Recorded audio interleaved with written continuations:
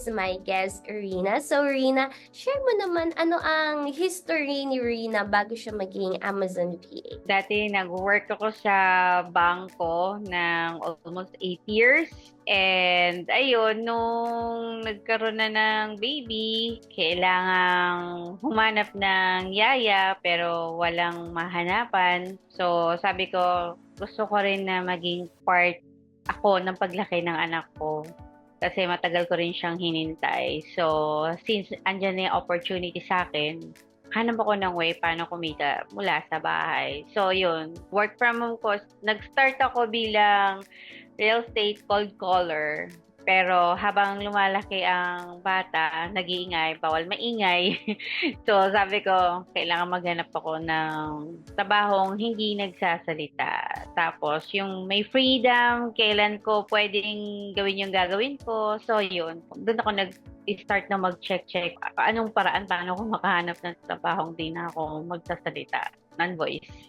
Okay, so BPO pala yung background mo noon. Customer service, fraud detection, more on sa financial kami sa bangko. Yung sa work from home, oo, BPO siya, more on sales. At tapos nasa work from home ka lang din noon. Wala kang pinupuntahan na office. Sa real estate cold caller, oo. Pero sa bangko, office-based ako nung dati. Ang hirap. Grabe no, iba-iba pala yung parang naging niche mo sa customer service, merong sa fraud, sa bank, sa real estate. How many years kang ganyan? Sa bangko, almost 8 years. Sa real estate cold caller, yun na yung work from home. Nasa ano rin, 2 years.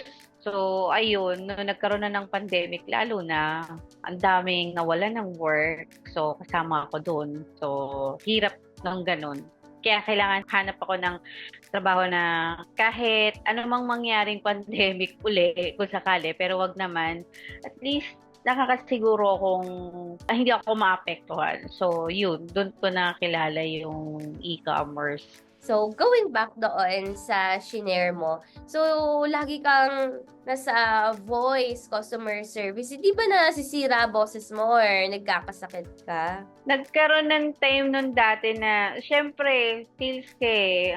8 hours, walang puknat ang trabaho mo, kahit rewarding yung sahod, pero alam mo yun, yung boses mo, may limit yan eh. Kahit alam mo paano i-manage yung boses mo. Pero, dapat perky ka dahil sales, kung hindi ka papansinin. So, yun, nagkakaroon ng times na talagang nawawalan ako ng boses. Pag wala kang boses, di ka pwede pumasok. Di ka naman maintindihan eh, sayang lang. So, ayun, yun ang challenge pag BPO. Oo, actually, meron din kasi ako na interview na student, BPO din siya, customer services. Parang nagkaroon ata siya ng damage din sa voice, kaka-OT din, kasi syempre may mga incentives. Tapos, as in, dumating pa sa time na nagpa-check up siya sa doctor, tapos sabi ng doctor, you need to find a new work. So, yun, hanap siya ng other niche pa. Oo, totoo. Paano ka nag-transition sa freelancing? Research or discovery ka muna? Wala kang direksyon kung saan ako pupunta, ganon. So, matalik kong kaibigan, nag-share kami ng mga posibleng maging work namin na hindi na nagko-calls kasi pareho kaming inugat na kami sa customer service. So, nakakaumay na. So, gusto naman namin bago naman buhay. Yun, shinare niya sa akin yung video nung that time kay Nikki V pa yun. And then, sabi namin, ganito pala yun. Alam mo yun, parang sa una, nung napanood ko siya, sabi ko, may ganun palang na anytime pwede ka mag-work. Yung flexibility mo talaga sa oras. Yung kumbaga, masasabi kong tao ka. May work-life balance ka. Hindi ka gaya ako na nasanay ako na zombie mode ka talaga sa gabi. Gising ka, umaga, tulog ka. Kundi walang mangyayari sa'yo pag hindi mo i-adjust yung time mo. Yun, nung nakita ko, okay naman pala yung mga napanood ko. Tapos hindi pa ako naniwala doon. Ginawa ko siya Netflix. Nag-movie marathon ako nung mga videos ni Amaze Nation. Dati is Amazon Nation pa noon. And then, yun, sabi ko, kailangan maka-enroll ako. Yung, there's something in me na alam kong kaya ko. At saka, sobrang interesado ako. Andyan yung hindi na ako makatulog. Alam mo yung parang alam ko meant to be to eh, pero paano? Kasi nga, hindi biro yung tuition. So, yun, nung natanggap ko yung share ko sa stocks nung time na yon, sakto, yun yung last day ng enrollment sa mga elite. And then, yun, nakapasok ako, naka-enroll ako. Talaga meant to be there. So, yun, doon na nag-umpisa. Lahat, no, halos dyan nag-uumpisa manood ng mga success stories na i-inspire when they see someone being able to achieve, di ba? Yung ganong success here in freelancing. Mafe-feel mo na parang, ay, gusto ko din maranasan itong ganitong life sa akin. But, na-mention mo na nung una hindi ka naniniwala. Anong part yung hindi ka naniniwala? Na sabi ko, mayroon ganito palang trabaho na, alam mo, anytime, pwede ka mag-work. Doon ako sa part na yun na hindi naniniwala. Pero pagdating sa yung kapalit nun, yung income, syempre, ang dami naman nagsasabi, imposible naman gagawa sila ng kwento na hindi naman talaga nangyari. So, yun, doon ako mas nag-iinteresado sa mas magiging, alam mo yun, makokontrol ko yung oras ko, nasa bahay lang ako, tapos may maliit akong anak na pwede kong, kunwari, iiyak, asikasuhin ko, at least pwede ako mag-stop kasi, alam mo yun, hindi ka tali sa oras. Unlike nung parang fix yung oras mo, parang kulang na lang, hindi ko alam kung paano ang klaseng bola gagawin ko sa anak ko na huwag ka maingay ng ganitong oras, di ba? Kasi baby yun eh. So, ayun, yun ang challenge kapag hindi talaga flexible yung oras mo. Kaya yun ang nangyayari. So, sabi ko nga, talagang may ganito pala. Bakit ngayon ko lang nalaman to? Isipin mo, tagal ko na sa bangko. Bakit ngayon ka lang? Kumbaga, so, ayun. Hindi ko alam may ganun pala nag-i-exist na trabaho. Parang kanta lang ni Kuya Will yung bakit ngayon ka lang? Oo, bakit ngayon ka lang? Oo. Nung time ba na nasa BPO ka, may time ba na nag-graveyard ka? Oo, nag-graveyard ako. Bago kasi ako napasok sa bangko, ang talagang, alam mo yun, parang kapalaran ko na ata napunta sa ganon. Sa mga customer service jobs din ako. Yung mga malalaking BPO company, napasukan ko na yung mga mahihirap na trabaho sa BPO, pinasok ko. As in, isa ako sa mga inuugat sa BPO noon. So, sabi ko, ganito na lang ba yung buhay ko? Papasok sa gabi, yung mga taong nasasalubong ko, mga pagod na, so kung patulog na sila ako, papasok pa lang, alam mo yun, dumarating yung time na naiiyak ako. Kasi tao din ako eh. Gusto kong gumala sa umaga, paglabas mo ng trabaho, kailangan mo na matulog. Kasi, kunwari, paano kung ang labas mo, alas 6, bukas pa ng mall, o kaya may asikasuhin ka sa mga government offices, anong oras pa. Tapos yung, alam mo yun, mag-spend ka ng oras bago matapos yun. Tapos hahabulin mo yung tulog mo sa gabi. So, pagpasok mo, talagang, alam mo yung lutang ka na. Ang hirap, nagkakasakit ako sa graveyard. Iba yung tulog, hindi siya healthy. Yan ang masasabi ko, graveyard. Oo, no? And with your, naman, stay dun sa work mo, well compensated pa, sapat naman ba ang binibigay? Kasi, syempre, di ba, naapektuhan yung sleeping time, body clock mo, pati lifestyle mo, sapat ba yung nababayad? Well, para sa akin, pagdating sa, sa compensation, wala akong problema doon. As in, sino ba naman ako para magreklamo, di ba? Kumpara ko doon sa minimum wager, is napakaswerte ko naman ng ilang ulit sa kanila. Yun lang, syempre, alam mo yun, may mga times talaga na, alam mo yun, maawa ka na sa sarili mo. Bakit papasok pa lang ako, sila pa uwi na, matutulog na. Lalo na pag, ito makaka-relate sa akin mga nasa BPO eh.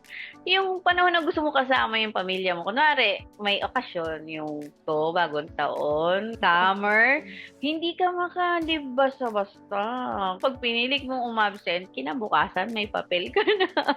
Laging absent ako sa family gatherings. Dahil doon, ang laking nabawas sa enjoyment ko sa buhay dahil sa ganung bagay. So, kaya ako, pag nakahanap ako ng way na mag-unwind talaga, alam mo yun, so sobrang laking tulong sa akin. Pero hanggang kailan ako tatagal dun? So talaga naganap ako ng way na magka-work sa bahay. Kasi yun nga naririnig ko sa Facebook, talaga nag-work sila sa bahay. So, ay, may mga ganito pala freelancers. So, ano yung freelancer? Yun, alam mo yun, yung para sa taong walang alam tungkol sa freelancing, lost ka talaga. Ano ba magandang trabaho? Kaya sa ating may magtatanong sa akin, paano ba yung freelancing na yan? Ano ba yan? Ano bang magandang ano dyan? Sasabihin ko, hanapin mo muna kung saan ka mag-enjoy. And from there, mag-master. Yun ang nangyari sa akin. Grabe no, parang nag-journey ka pa kung saan-saan and yung feeling din na sinasabi mo, hindi ka makasama sa family occasion.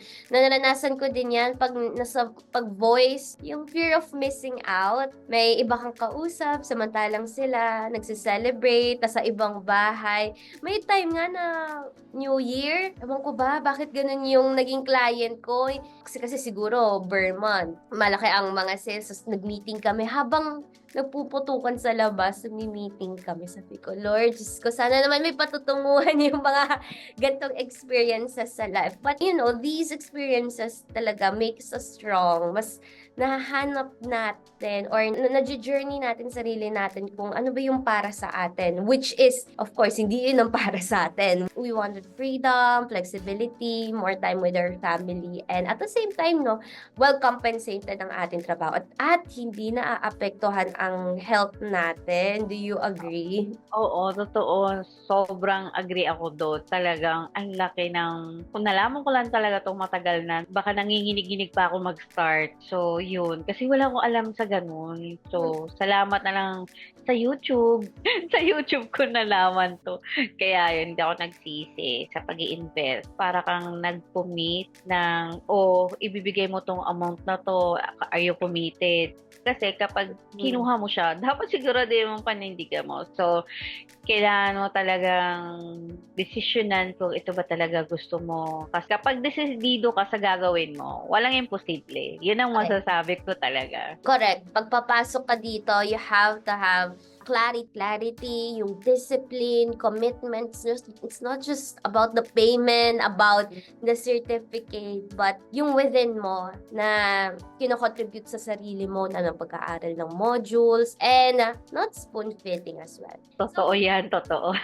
Diba? Pag-usapan natin more about that in journey mo as a student naman sa ASVA Elite. So, kamusta? May times ba na you felt like giving up? Nung nakita mo yung modules, attend ng accountability calls. Actually, maraming nangyari sa akin habang nag-aaral ako dun sa course na yun. Alam mo yun ang coach ko na si Coach Charlie. Hello, Coach! First assignment pa lang, product research. More than 1 week na ako hindi nakakahanap ng product ko. Challenge siya. Madami ka makikita, pero kailangan pumasa siya sa ibinigay na criteria sa'yo. So, sobrang wala na ako sa sarili. Nung weekend, sabi ko, kailangan ko mag-unwind. Siguro gusto ko magluto. Nagluto ko ng puto, girl. Nagluto ko ng puto para medyo, alam mo yun, wala ba stress? Na-stress Therapy. ako. Therapy. Tapos may bagets pa ako. So, yun. Sabi ko, magluto nga akong puto. Di nagluto na ako. Nang kinain ko, saka ko nalaman na wala siyang asukal. Sa sobrang lutang na ako sa ginagawa ko. So, yun. Pero, wag ka, nung nakakuha na ako ng finally winning product for me, parang sabi ko, parang kakayanin ko lahat after no first assignment na yun. Sabi ko, alam kong nag-e-excel ako sa maraming bagay. Pero talaga, si product research talaga, challenge sa akin. At saka, hindi siya yung tipo na challenge na talagang give up mo. Pero gusto mo, yung parang nanggigigil kang hanapin. Parang ayaw mo na nga matulog eh. Pero, alam mo yun, walang imposible talaga sa taong desidido. Yun ang masasabi ko. Then, after nun, yung mga susunod na assignment, easy peasy na yun. Mas lalong na-enjoy ko. Sobra. Sa simula lang, challenging yung product research. Oo. Anong category yung nahanap mo? Tungkol sa kitchen yung nakuha ko. So, sakto sa'yo. Oo, sakto talaga. Marami ka makikita eh. Pero pag may sinabing criteria sa'yo, kunwari si client, kailangan sundin mo yun or else baliwala yung oras. Yes, tama. And kailangan talaga is patience, no? Maraming VAs kailangan talaga ng patience. Tulad ko, pag inis na inis, pag may kailangan i-troubleshoot, may mga hindi makita na products, criteria, hindi sumasakmo mga keywords. It really takes a lot of gumahanap Talaga. yung word, pero kailangan talaga marami mapagdadaanan. Pag napagdaanan mo na, yung mga susunod na mangyayari, magiging madali na. Kasi alam na natin yung sagot. Napakagaling nga nung pagkakagawa ng course ni Amaze Nation kasi tinitest din niya yung estudyante kung hanggang saan ka. Gusto mo ba talaga matuto? Sige, take mo yung challenge. Kapag nakuha mo yun, as in, napaka-rewarding sa part ko talaga. As in, ikaw mismo sa sarili mo, yes, proud ako sa sarili ko, natapos ko siya, parang ganon. Hindi ko maiwasan ma-compare kasi syempre, may mga na-take na ako ng courses before. Parang, alam mo yun, course, okay, nabayad ka, then turo, okay, then what? Pero sa Amaze Nation, hindi. Malayo siya. Ganito yun eh. Ang alam mo lang kasi sa start, ang alam ko sa start lang, nag-start ako dun sa Amaze Nation. Akala ko, course, aralin mo, then tapos na. Hindi natatapos doon. Doon pa lang sa Facebook community, gustong-gusto ko dyan yung kapag may ini-interview na random people na mag-share ng experience nila. Ang daming golden nuggets na parang matatouch ka, makaka-relate ka, ganito rin ako eh. Bakit hindi siya nag-give up? So, mas kaya ko. So, as in, sobrang dami. Iba pa yung tinuturo ni Coach Saraya na ang mahal-mahal pag bibili mo sa labas, pag mag-enroll ko sa kanya. Pero doon sa Amaze Nation, kasama na siya. Saan ka nakakita ng, alam mo yun, yung ikaw na lang ang aatras sa knowledge na ibibigay nila sa'yo. Kung ikaw yung tipo na potential VA na yung hunger mo talaga for knowledge ay talagang solid na solid talaga sa course na to. Hindi ko pinagsisisihan tong course na to. Ito yung malaking part, parang naging stepping stone ko para makuha ko yung anong gusto kong mangyari sa buhay talaga. Kaya yun, hindi ako nagsisisi. Worth paying talaga. Yes, and we are very happy and proud of you, Rina, no? Hindi na naging madali ang iyong mga napagdaanan through health, yung sa dati mong work, and now, di ba, you are happy and at peace wherever you are. And for those of you who guys are watching right now, yes, you na nanonood sa YouTube, go to our description box below. Meron doon link of our free book. Just type in your name and your email address at padadala namin kayo ng free ebook para meron kang head start on what it's like to become an Amazon VA. Patikim pa lang yan, guys. So, going back to you, Rina, no? I'd like to know naman, after the studying the modules, attending accountability calls with your coaches, naging mahirap ba paghanap ng client for you? Siyempre, andun na, alam kong confident akong kaya kong gawin ng work. Pero napansin ko, ang mga natsyetsyempuhan ko na ina-applyan ko is mas prefer nila talaga yung may experience. Siguro, baka natatakot silang ma-mess up ko yung account nila and everything. So, parang inabot ako ng 5 months bago may bigay sa akin ng opportunity. So, siguro, naisip ko, pinahihirapan lang talaga ako ng pagkakataon para malaman talaga, gusto ko ba talaga to? Dahil doon, isipin mo, kung hindi ako naghintay ng ilang months bago ko nagko-work, kung napunta ako sa ibang client, baka siguro yung experience ko hindi ganun kasing ganda. Then, yun, may nabalitaan ako na isang sikat na agency ng Amazon na naghahanap sila ng OJT. So, ako, ang intention ko lang is gusto kong ma-experience yung talagang actual na seller central, yung trabahong alam ko kung paano gawin, pero iba yung, alam mo yun, nasubukan mo talaga. Hindi ko inasahan na yung OJT na yun, paid pala siya. So, parang bonus na yun. Doon lang talaga ako sa ma-experience ko siya. At saka mapatunayan ko yung sarili ko na worthy naman ako. Kasi, syempre, gusto ko rin sana ma-absorb ako. Then, yun, nag-start ako sa kanila. Ayun, doon na nag-start ang lahat mula sa fresh graduate ng ASVA, ng Amaze Nation. Doon ko na practice ba kung ano na pag-aralan ko. And then, hindi pa yon. Alam mo ba na ang agency na to, mas priority nila ang graduate ng Amaze Nation. Bakit? Kasi hindi na sila, alam mo yun, alam na nila eh. Wala lang silang actual experience. Alam nila yung ginagawa nila, tinuruan ng product research, keyword research, yung listing optimization, yung mga basic needs na kailangan. So, yun ang naging weapon ko doon sa agency na yun. Ayun, mula sa ganun, masaya naman ako at sunod-sunod yung promotion ko noon dati. Ako pa yung nagsabi na, tama na ang promotion. Gusto ko mag-focus sa ganito, sa catalog troubleshooting. So, from there, mula sa regular na empleyado, sunod-sunod ang promotion. Parang 3 months lang ata na-promote na ako. Then, after a month or 2, another promotion. Tapos, promote na naman sa manager hanggang sa sabi ko, teka lang. So, yun. Balik ako sa kung anong dahilan bakit ako nandito. So, sabi ko, mas gusto ko yung nag-aano ng catalog, troubleshooting. Mas interesting para sa akin. Yun na naging niche ko ngayon. So, yung mga masasakit na ulong problema ng listings, ako yung gumagawa nun. Pero, hindi ko magagawa lahat yun kung wala talaga yung pinaka-foundation ko na itinuro sa akin ng school ng Amaze Nation talaga. Yay! We are so happy for you, Rina. And grabe, ang bilis-bilis nung pag-transition mo, nung promotion after promotion. Mahirap talaga ang isang bagay. Ibig sabihin, it's worthwhile. Parang lagi merong magandang na nangyayari. Papahirapan lang talaga tayo sa simula just so the universe will know na kung gaano ba natin to kagusto. And with your promotion, syempre, it comes with a salary increase after that. Oo, meron talaga. So, Kasi every month, halos nagsa-salary increase ka? So, yun naman nun. And ano naman nagagawa mo pag nagkakaroon ka ng salary increase? Siyempre, mas marami ako savings. Pag may gusto ko akong bilhin para sa bagets ko, nabibili ko. Hindi na ako namomroblema. Kunwari, pipila ako sa grocery. Kasya ba ito yung budget ko? May listahan pa eh.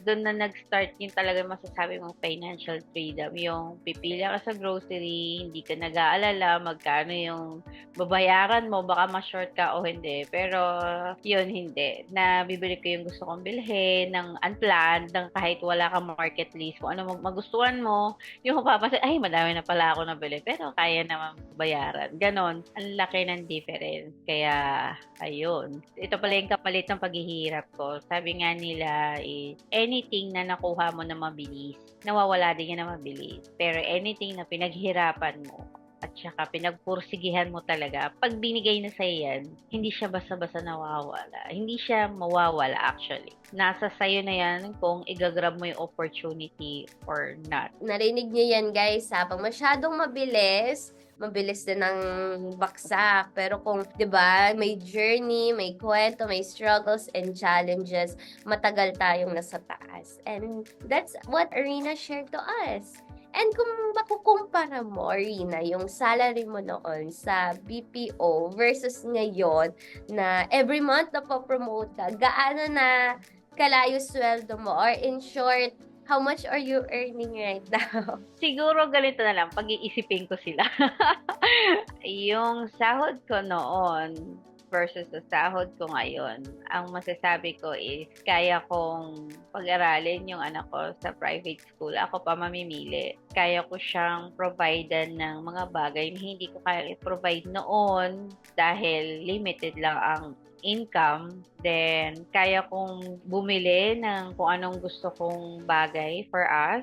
Kaya kong mag-travel kung saan ko gusto na hindi ako namomroblema. Kung papayagan ba ako mag-leave or not, kasi dadaling ko lang yung laptop ko basta may internet connection, di ba? Yes. Kahit nasa dagat ka, nasa bundok ka, basta may signal. Kahit umuulan, walang kuryente, basta may generator ka, makakapagtrabaho ka. At saka kadalasan kasi ng Amazon clients ay napaka-flexible nila. Madaling kausap, ay, sorry, wala talagang kuryente sa area naman. No problem, sige, saka mo na lang anuhin yung gagawin.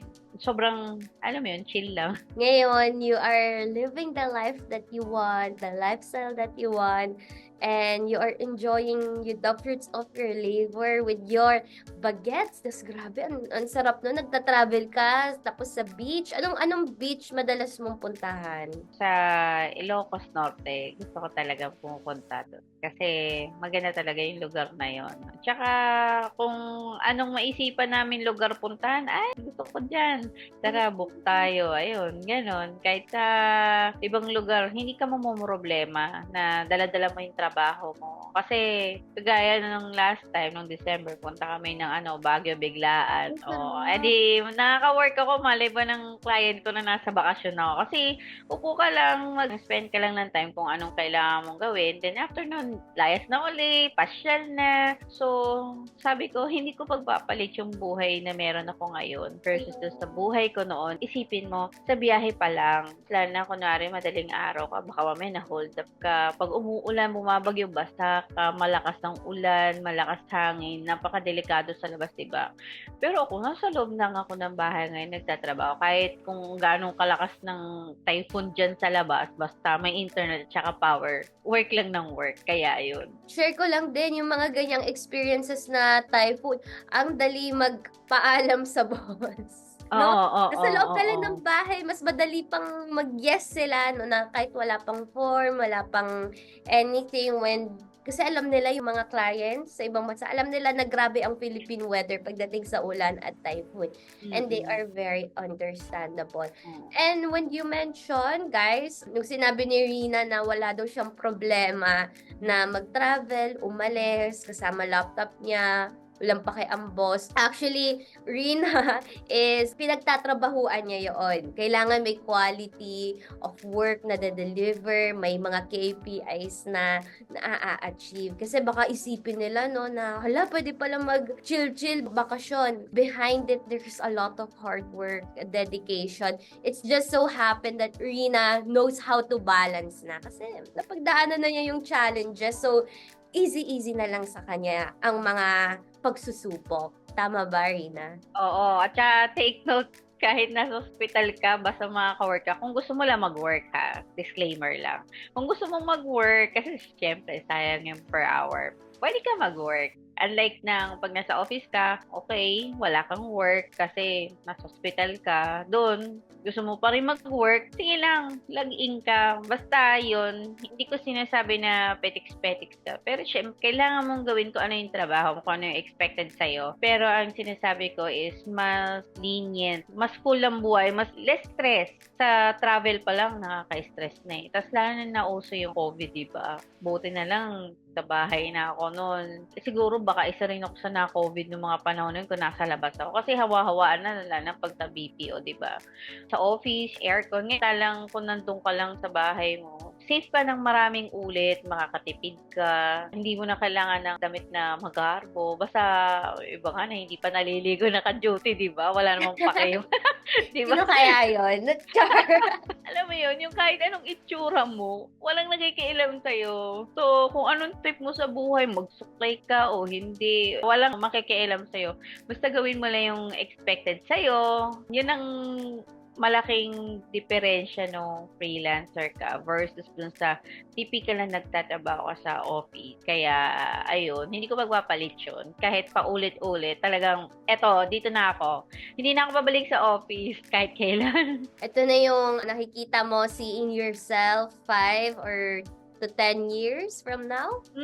Ito na yung forever ko. Yan ang nakikita kong babangon talaga sa ekonomiya ko na hindi na ako mag-aalala sa maraming bagay. Lalo na, kagaya ng sabi ko kanina, yung time ko sa family ko, sa anak ko, hindi matutumbasan. Kasi una, akala mo, baby lang siya, hindi mo mapansin, sang araw, malaki na siya. Nasa na yung mga panahon na nawala, hindi mo na-enjoy yun eh. Hindi mo siya kilala kasi hindi mo siya kasama lumaki. Ibang tao ang mas gusto niya or hindi mo alam kung mabait pa yung taong naiiwan sa bahay niyo, 'di ba? Andun yung fear eh, nanay kasi ako. So, kailangan kong protektahan siya. So, ako ang mag-a-adjust para sa kanya. So, buti na lang talaga na discover ko tong freelancing journey na to. Yay! And look at you right now. Mas marami ka ng time at makikita mo mag-grow ang iyong bagets. At hindi lang yung bagets mo, pati na rin ang income mo. Kasi guys, when you start and you do this consistently at marami ka nang na-experience sa Amazon, pagiging Amazon VA, tumataas din ang rate mo. The more you know, the more you earn. O, ngayon ko lang naisip yan.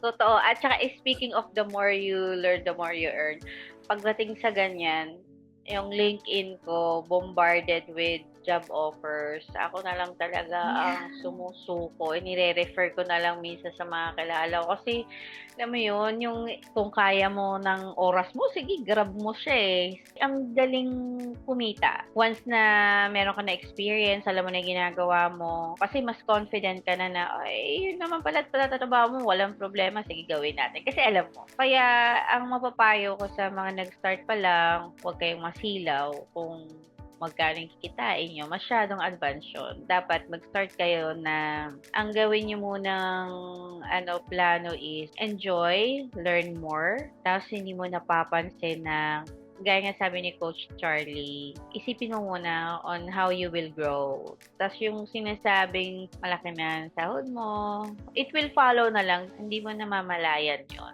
Doon tayo sa totoo. Mas maganda na mag-set ka ng 5-year goals for you. Kunwari, yung sa akin ginawa ko kasi first 1 to 2 years, parang isda lang ako nagsiswim sa pond, titignan ko saan ako dadali ng kapalaran, learn things. So, then after nun, gusto ko iba namang level, kaya yun. Hindi ko namalayan na lumipas na pala yung panahon na ang layo na nung dating ako versus sa meron na kami ngayon. So, ayun. Highly recommended yung Amaze Nation. So, lagi kong sinasabi, baka may alam ka na, kung gusto sigurado ko talaga mag-enroll ka sa Amaze Nation. Sabi kong ganun, para yan sa mga decided na magbago ang buhay nila or mag-improve yung buhay nila kung nasa okay na silang level. Kaya yun.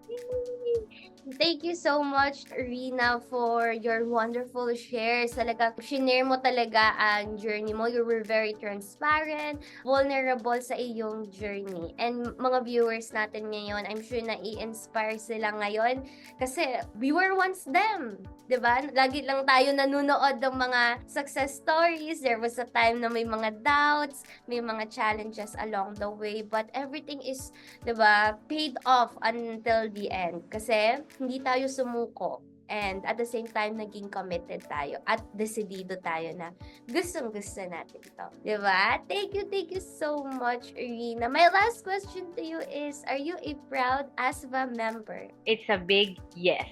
Yes! And thank you so much guys for watching. Hope to see you inside our community. And malay mo, ikaw na ang next na mai-interview natin. See you next time. Bye!